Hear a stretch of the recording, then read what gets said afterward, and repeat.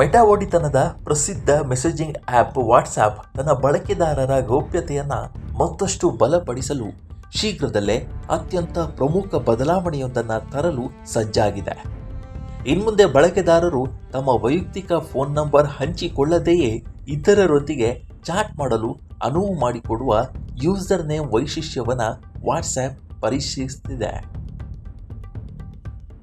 ಪ್ರಸ್ತುತ ಈಗ ವಾಟ್ಸಾಪ್ನಲ್ಲಿ ಯಾರೊಂದಿಗಾದರೂ ಚಾಟ್ ಮಾಡಬೇಕಾದ್ರೆ ಅಥವಾ ಗ್ರೂಪ್ಗೆ ಸೇರಬೇಕಾದ್ರೆ ಫೋನ್ ನಂಬರ್ ಕಾಣಿಸುವುದು ಕಡ್ಡಾಯ.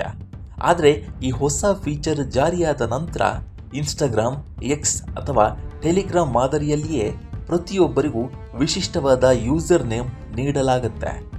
ನಿಮ್ಮ ನಂಬರ್ ಇಲ್ಲದವರು ಸಹ ಕೇವಲ ನಿಮ್ಮ ಯೂಸರ್ ನೇಮ್ ಹುಡುಕುವ ಮೂಲಕ ನಿಮಗೆ ಮೆಸೇಜ್ ಕಳುಹಿಸಬಹುದಾಗಿದೆ. ಇನ್ಸ್ಟಾಗ್ರಾಮ್ ಮತ್ತು ಟೆಲಿಗ್ರಾಮ್ ಆ್ಯಪ್ಗಳ ಮಾದರಿಯಲ್ಲಿಯೇ ವಾಟ್ಸಾಪ್ನಲ್ಲೂ ತಮ್ಮ ಇಷ್ಟದ ಯೂಸರ್ ನೇಮನ್ನು ಸೆಟ್ ಮಾಡಿಕೊಳ್ಳಬಹುದು. ವಿಶಿಷ್ಟವಾದ ಯೂಸರ್ ನೇಮ್ಗಳನ್ನು ರಿಸರ್ವ್ ಮಾಡಲು ಅವಕಾಶ ಸಿಗಲಿದೆ. ಮೊದಲು ಬಂದವರಿಗೆ ಆದ್ಯತೆಯ ಮೇರೆಗೆ ಈ ಹೆಸರುಗಳು ಸಿಗಲಿದ್ದು, ನಿಮ್ಮ ಪ್ರೊಫೈಲ್ಗೆ ಸೂಕ್ತವಾದ ಹೆಸರನ್ನು ನೀವೇ ಆಯ್ದುಕೊಳ್ಳಬಹುದು. ಇದರಿಂದ ಅಪರಿಚಿತರಿಗೆ ನಿಮ್ಮ ಫೋನ್ ನಂಬರ್ ತಿಳಿಯದಂತೆ ಗೌಪ್ಯತೆ ಕಾಯ್ದುಕೊಳ್ಳಬಹುದು. ಗೌಪ್ಯತೆಯನ್ನು ಮತ್ತೊಂದು ಹಂತಕ್ಕೆ ಕೊಂಡೊಯ್ಯುವ ವಾಟ್ಸಾಪ್ ಯೂಸರ್ ನೇಮ್ ಪಿನ್ ವೈಶಿಷ್ಟ್ಯವನ್ನು ಪರಿಚಯಿಸ್ತಾ ಇದೆ. ಇದರ ಅನ್ವಯ ಯಾರಿಗಾದರೂ ನಿಮ್ಮ ಯೂಸರ್ ನೇಮ್ ಹುಡುಕಿ ನಿಮಗೆ ಮೊದಲ ಬಾರಿಗೆ ಸಂದೇಶ ಕಳುಹಿಸಬೇಕಾದರೆ ನೀವು ಸೆಟ್ ಮಾಡಿರುವ 4 ಅಂಕಿಗಳ ರಹಸ್ಯ ಪಿನ್ನನ್ನು ಅವರು ನಮೂದಿಸಬೇಕಾಗತ್ತೆ. ಇದರಿಂದ ಅನಗತ್ಯ ಸ್ಪ್ಯಾಮ್ ಸಂದೇಶಗಳಿಗೆ ಬ್ರೇಕ್ ಬೀಳಲಿದೆ.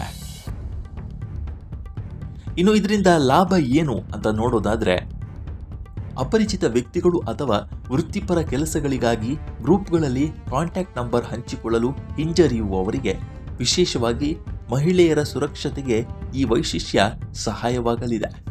ಯಾರಾದರೂ ನಿಮ್ಮ ಯೂಸರ್ ನೇಮ್ ಹೊಂದಿದ್ರೂ ಸಹ ನಿಮ್ಮ ಅನುಮತಿ ಇಲ್ಲದೆ ಅವರಿಗೆ ನಿಮ್ಮ ಫೋನ್ ನಂಬರ್ ಕಾಣಿಸೋದಿಲ್ಲ.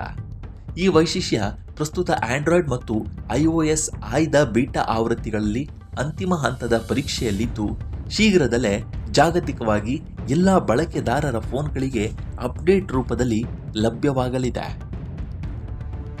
ಇನ್ನು ಮೊಬೈಲ್ ಸಂಖ್ಯೆ ಹಂಚಿಕೊಳ್ಳದೆ ಕೇವಲ ಯೂಸರ್ ನೇಮ್ ಮೂಲಕ ಸಂಪರ್ಕ ಸಾಧಿಸಲು ಅವಕಾಶ ಕಲ್ಪಿಸುವ ವಾಟ್ಸಾಪ್ನ ಹೊಸ ವೈಶಿಷ್ಟ್ಯದ ಬಗ್ಗೆ ಕೇಂದ್ರ ಸರ್ಕಾರ ಗಂಭೀರ ಪರಿಶೀಲನೆಯನ್ನ ಆರಂಭಿಸಿದೆ. ಈ ಹೊಸ ವ್ಯವಸ್ಥೆಯಿಂದ ನಕಲಿ ಖಾತೆಗಳನ್ನು ಸೃಷ್ಟಿಸುವುದು, ಪ್ರಸಿದ್ಧ ವ್ಯಕ್ತಿಗಳ ಹೆಸರಿನಲ್ಲಿ ವಂಚನೆ ನಡೆಸುವುದು ಹಾಗೂ ಸೈಬರ್ ಅಪರಾಧಗಳಿಗೆ ಹೆಚ್ಚಿನ ಅವಕಾಶ ಸಿಗುವ ಸಾಧ್ಯತೆ ಇರುವ ಹಿನ್ನೆಲೆಯಲ್ಲಿ ಸರ್ಕಾರ ಕಾನೂನುಬದ್ಧ ನಿಯಂತ್ರಣದ ಆಯ್ಕೆಗಳನ್ನು ಪರಿಶೀಲನೆ ನಡೆಸ್ತಾ ಇದೆ.